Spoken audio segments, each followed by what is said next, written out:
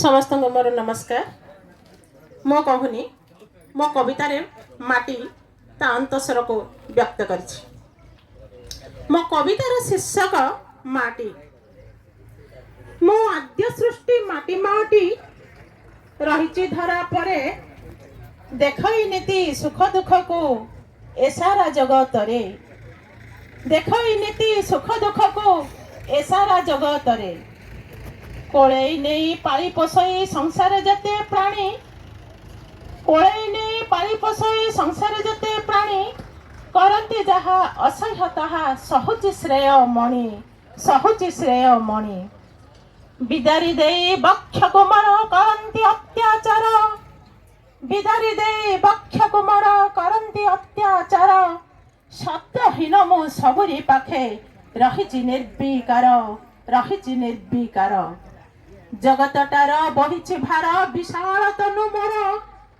जगतटार बहिछि भार विशाल तनु मोर सबुरी पीड़ा नेबारे सही दक्ष ए शिर मोर तथापि कटु कहे ना केबे जिए बा पीड़ू मते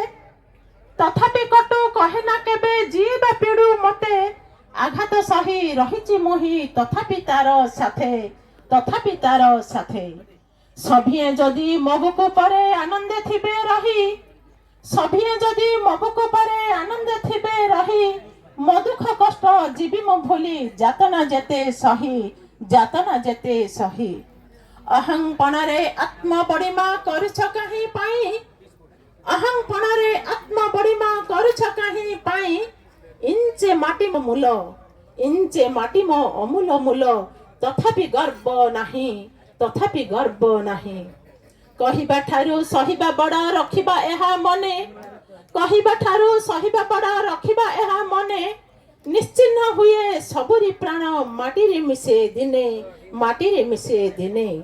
सृष्टि कालरू धरिछि बही सकल चाप जेते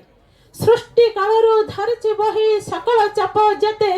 सर्वं सहामु माटी सबुरी चला पथे